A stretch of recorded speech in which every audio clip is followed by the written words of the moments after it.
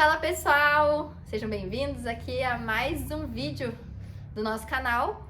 E hoje eu estou com uma convidada que já participou aqui em uma outra oportunidade conosco falando sobre vacinas, e hoje ela está aqui de novo para falar sobre mordidas e o que você deve fazer se o seu cachorro levar uma mordida.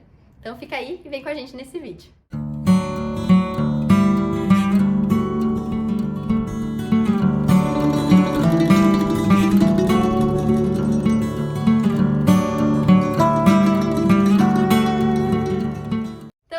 Pessoal, se você não me conhece, eu sou a Bruna Oncini, sou protetora dos animais e hoje estou aqui com a Sandra, mas vou deixar que ela se apresente para vocês antes de iniciarmos o nosso tema.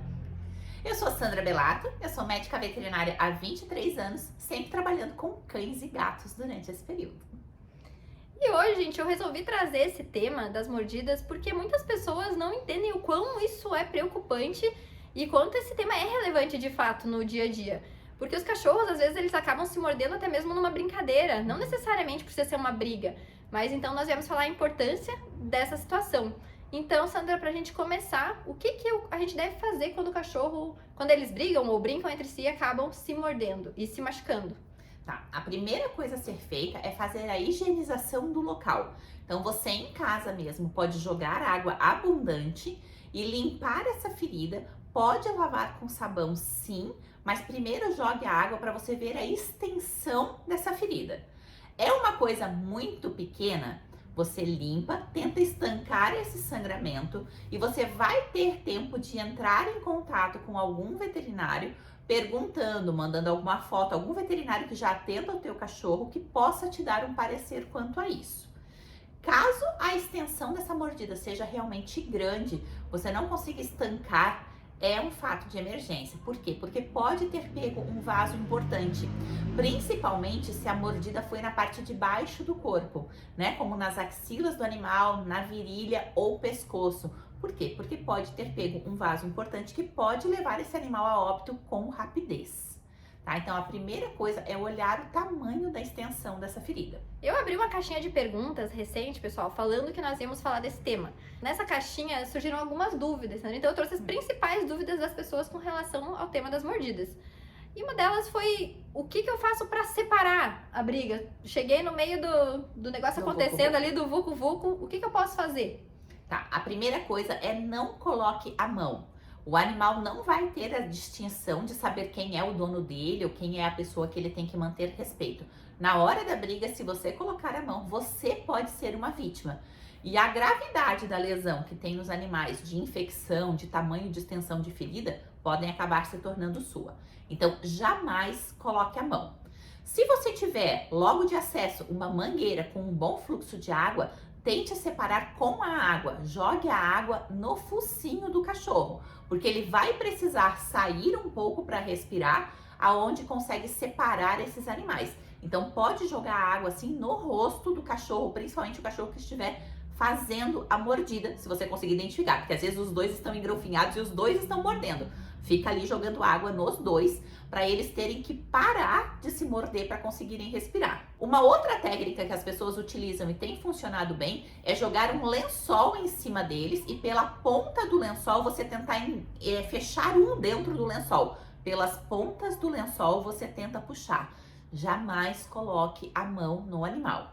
Se você tiver um cambão em casa, que é um cabo que tem uma corda no meio, tu pode tentar pegar o pescoço de um e puxar ele para trás. E a segunda dúvida foi o seguinte, vamos dizer que é uma mordida muito grande, aquilo abriu a pele do animal, é possível fazer pontos numa mordida?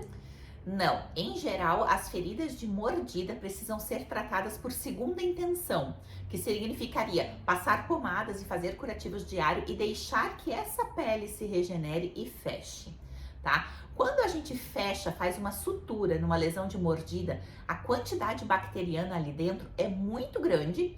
Mesmo com a utilização de antibióticos, dificilmente a gente consegue fazer com que o antibiótico haja tão rápido em que ele não estoure os pontos da lesão. Então a gente dá os pontos, quando você olha no dia seguinte já romperam todos os pontos e eles já caíram e a ferida abriu de novo, só que com uma infecção maior. Então a gente consegue um sucesso maior no tratamento tratando a ferida aberta tá? Por quê? Porque existem algumas bactérias que gostam do lugar fechadinho porque tem menos oxigênio. Então, quando a gente deixa uma maior área entrando oxigênio, o tratamento acaba se tornando mais rápido do que fechar. Caso seja uma extensão muito grande, né, que tá tendo uma hemorragia, tá tendo um sangramento vasto, em que a gente vai ter que suturar, é um fato cirúrgico, com anestesia geral, aonde a gente vai fazer a curetagem, que é raspar todo o local, cortar com a tesoura o bordo da lesão. Então, a pele rasgou aqui, né? Aqui. A gente tem que cortar essas pontinhas aqui fora para suturar a parte mais interna, onde provavelmente não tem bactérias. E por que o provavelmente? Porque pode ter as bactérias. E mesmo fazendo cirúrgico, existe o risco da gente fechar e dar os pontos e essa sutura abrir. Então, se consegue tratar com ela aberta, é melhor o tratamento. Já li algumas coisas, Sandra, sobre a boca do cachorro. Dizem que a boca do cachorro é realmente um ambiente muito propício a bactérias. Procede a informação? Super procede a informação, e esse é o problema das mordidas serem causarem uma infecção tão grande. Às vezes não ocorre briga, às vezes você tem dois cachorrinhos que se mordem brincando e às vezes faz um furinho. E nesse furinho entrou uma quantidade grande de bactérias que gosta do lugar fechadinho sem oxigênio. E às vezes dá uma infecção por baixo da pele que se espalha pelo corpo desse animal, dá uma septicemia com uma infecção generalizada. E às vezes a gente fica naquela dúvida, mas o que será que aconteceu? Como é que deu essa sepsis? Às vezes foi por uma mordidinha de brincadeira. E isso é um fato que a gente deve pensar para pequenas mordidas que nós levamos. Nós também, se levar uma mordida de um animal, mesmo que seja de brincadeira, de boa, tá? A gente precisa fazer uma boa higienização do local na hora, para evitar que essas bactérias se desenvolvam. Quanto mais limpinho estiverem os dentes do animal, sem aquelas placas de tártaro, menor é a carga bacteriana que ele tem na boca. Mas mesmo se que ele já tenha feito limpeza de tártaro há um mês antes, um mês e meio antes, existem bactérias dentro da boca, mesmo com a limpeza de tártaro. Mas quanto pior estiver a limpeza, pior vai ser a gravidade das lesões. Quando acontecem as mordidas, né, pessoal, algumas são mais graves, outras são superficiais.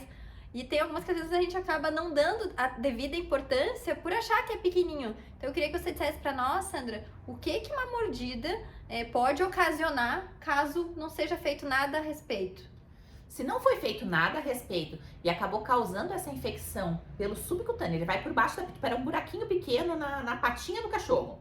Ele pode causar uma infecção, vai causar um edema. Se não for feito nada a respeito, isso pode virar uma sepse, que é uma distribuição das bactérias por outras partes do corpo. Então, ele vai para o rim, ele vai para o fígado, ele vai para o pulmão. Então, ele pode desencadear uma pneumonia grave, uma insuficiência renal grave e pode levar esse animal a óbito, mesmo tendo sido uma mordida pequena. Então, pessoal, levem a sério esse tipo de brincadeira ou esse tipo de acidente. Eu sei que às vezes a gente pensa, não foi nada, foi só o susto, mas eu já vi relatos de pessoas que perderam seus animais porque infelizmente não tinham conhecimento sobre esse fato. Então, quanto mais bem informados nós estivermos, né, maiores as chances de a gente conseguir salvar esse bichinho.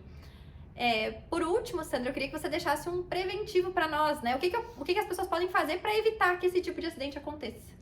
Bom, nas brincadeiras não tem muito, porque um animal feliz, normalmente ele vive muito mais saudável e vive muito mais tempo do que um animal que é mais estressadinho, mais quietinho ou que dorme muito. Então, se você tem dois cães e eles brincam, é simplesmente fazer a manutenção deles. Dá uma escovadinha neles todos os dias, dá uma olhadinha no corpo, ver se não tem nenhuma ferida. Se aparecer alguma feridinha, algum abscesso, que é aquele inchadinho embaixo da pele, precisa procurar recurso. Precisa saber se aquilo ali é uma infecção ou não e como tratar, né? Ela pode ter vindo de outra forma, se você não viu, por exemplo, um pedacinho de madeira, uma farpinha de madeira, um aramezinho que pode ter batido, também podem causar essas lesões, né? Então, se você notar alguma coisa diferente no seu animal, precisa procurar ajuda, precisa de um recurso, né? Para não deixar que isso aí se distribua pelo corpo e a gente tem esse quadro horrendo de acabar levando o animal a óbito, tá? Agora, nos casos de brigas, a gente precisa tomar decisões. Cachorros machos não castrados juntos podem ocorrer brigas. As fêmeas também não castradas juntas também podem brigar entre si. Então, às vezes, a castração pode inibir essas brigas.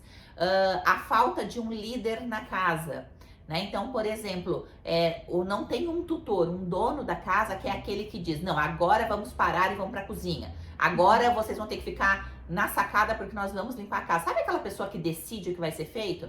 Às vezes todo mundo na casa pega os cachorrinhos como, ai, o meu filhinho, o meu coitadinho, ele só faz o que ele quer. E quando você não tem uma liderança na casa, os cães brigam entre si para ver quem vai ser o líder da matilha, o líder da família. Então isso também pode causar briga entre eles. Então sempre tem que ter pelo menos uma pessoa da casa que é aquela que põe limite, inclusive nos cães. Olha só, né? Até nisso precisa uma hierarquia, né, Sandra? Precisa de hierarquia. Tem que lembrar que na cabeça deles, eles sempre estão vivendo em matilha. E na matilha precisa de um líder. Aquela pessoa que decide o próximo movimento, aquela pessoa que coloca o limite, aquela pessoa que decide o horário da alimentação. Então precisa de um líder. Então era isso que nós tínhamos para trazer para vocês hoje, pessoal. Quero agradecer imensamente a tua presença aqui no canal de novo, Sandra. Podem ter certeza que estão falando com uma especialista. Sandra é uma das melhores profissionais que eu conheço. E eu quero deixar agora a palavra contigo, Sandra, para você deixar o teu contato e onde que as pessoas podem te encontrar para acompanhar o seu trabalho. Eu que agradeço estar aqui, porque eu acho que para uma vida boa dos animais, quanto mais informações os seus donos têm, né, melhor esses animais podem viver. Então, você contribui muito com isso, né? Para quem de repente não consegue ter acesso fácil a um veterinário, não tem um veterinário que frequente semanal, através do seu canal, eles conseguem cuidar muito bem dos animais. Então, eu que agradeço de poder estar aqui em contribuição. Vocês conseguem entrar em contato comigo através do Instagram, @sandrabelato.vet. Então, é bem facinho de me encontrar por lá. E tendo dúvidas, podem mandar mensagem no direct, eu respondo. Às vezes eu demoro um pouquinho para conseguir responder todo mundo, mas eu respondo e sou eu mesmo quem responde no Instagram. Então, precisando, vocês podem me procurar por lá. Então, muito obrigada a você que ficou aí com a gente, né, até o final do vídeo. Vai ficar aqui embaixo o Instagram da Sandra, para vocês acompanharem, então, não só esse, mas outros conteúdos que ela também trabalha através do canal dela. Muito obrigada, gente. Lembrando que temos um vídeo aqui também sobre vacinas com a Sandra. Vou deixar o linkzinho aqui acima. E é isso, um grande beijo e até o próximo vídeo.